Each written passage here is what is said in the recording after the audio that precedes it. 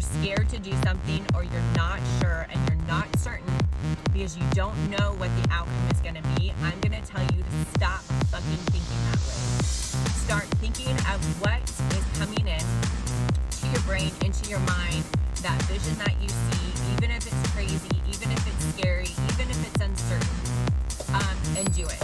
Just full throttle, go through it, do it, manifest that shit, don't look back, and keep on going.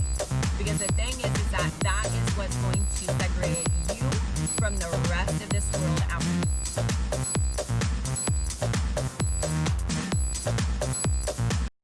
there. Use the right lane to exit to State Route 65 South. Good morning, badasses. Hopefully you can see me okay. I'm kind of fixing that around. Happy Tuesday. Just got done with my podcast this morning, which you guys will hear on Thursday.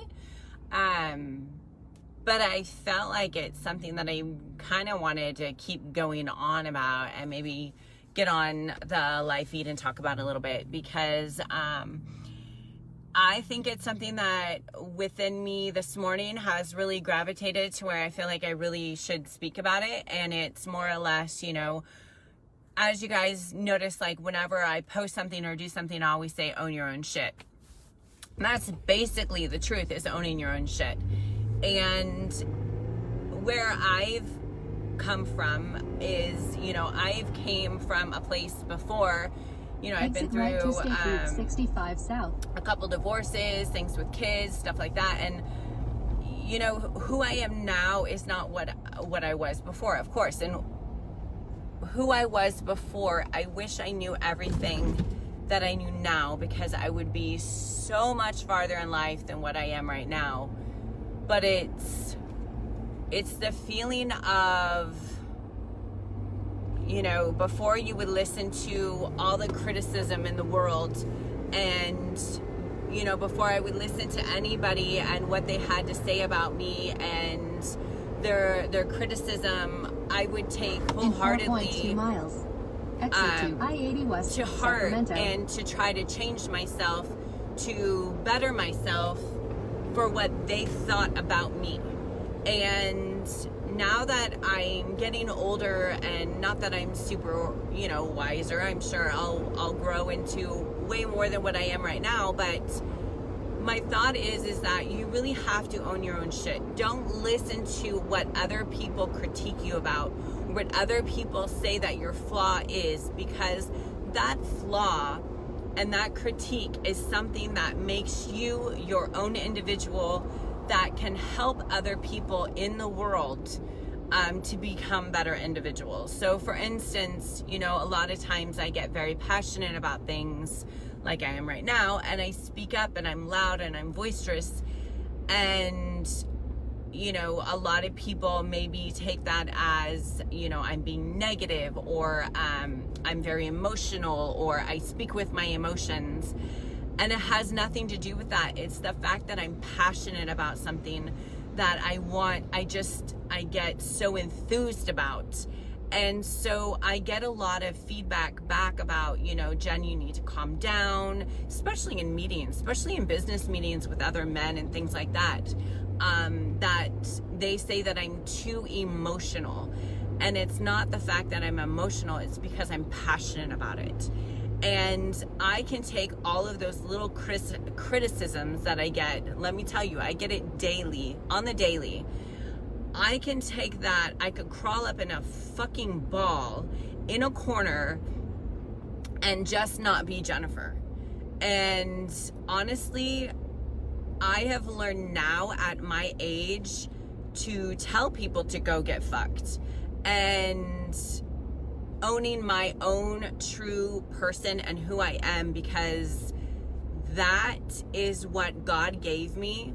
That is my inner voice, that I am here to help other people, regardless if I come off passionate or not. So I just wanted to post on here a little bit this morning about really resonating who you are as a person, and stop letting people or society dictate who you think you should be like or what you think you should act like, and trust yourself and trust the intuition that you have inside yourself to know that that intuition is telling you to do these things because you were meant to do these things. And that even stems with business. You know, a lot of people say, well, I don't want to take that leap and I don't want to do those things because I'm scared of the what ifs. But if you have that intuition within yourself to take that leap and to do those things, whether it's scary or not, that is your voice telling you that you should be stepping outside of your realm. And that is the voice telling you that you should be doing those things that you need to do to be uncomfortable, because that is your God gift to say that it is speaking to you that is your gift, that you should be doing that, if that makes sense, as I'm fucking just rambling. But I don't know, today it hit me a little bit. I wanted to pop on here. I'm stuck in a bunch of fucking traffic because I left at 8 o'clock instead of 7 o'clock this morning. But I just want you guys, I just feel what is very, very important, and this is a life lesson that I have learned, is I have been criticized, I have been manipulated for years and years and years, and I was never a strong enough individual to step out of my realm and own my own shit. And I've always let other people, especially men in relationships, control my thought process and control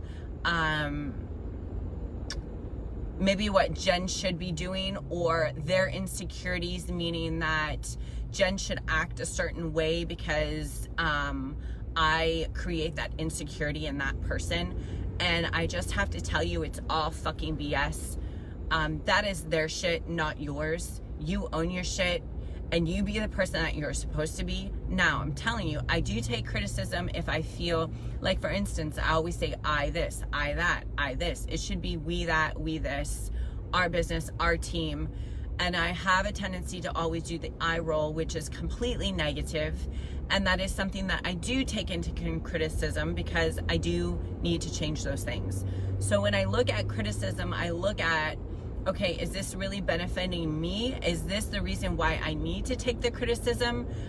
Because it is a flaw that I'm doing. So I do take that into perspective and take, you know, probably like a day to 2 days to rethink and rehash the negative feedback or the criticism. I shouldn't even say negative feedback. The criticism that I get, to think if it is a positive change for myself.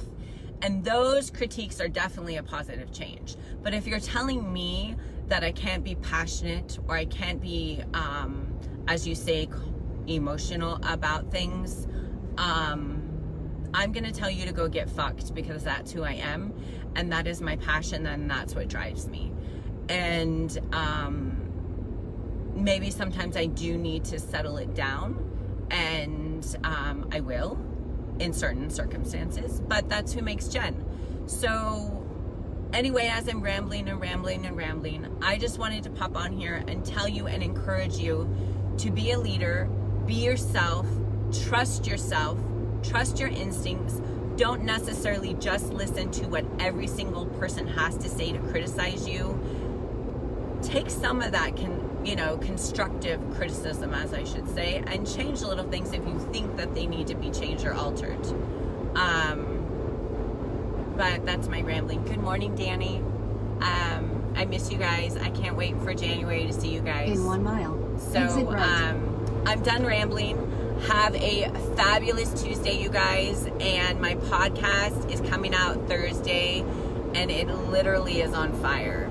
On fire. So with that said, peace out.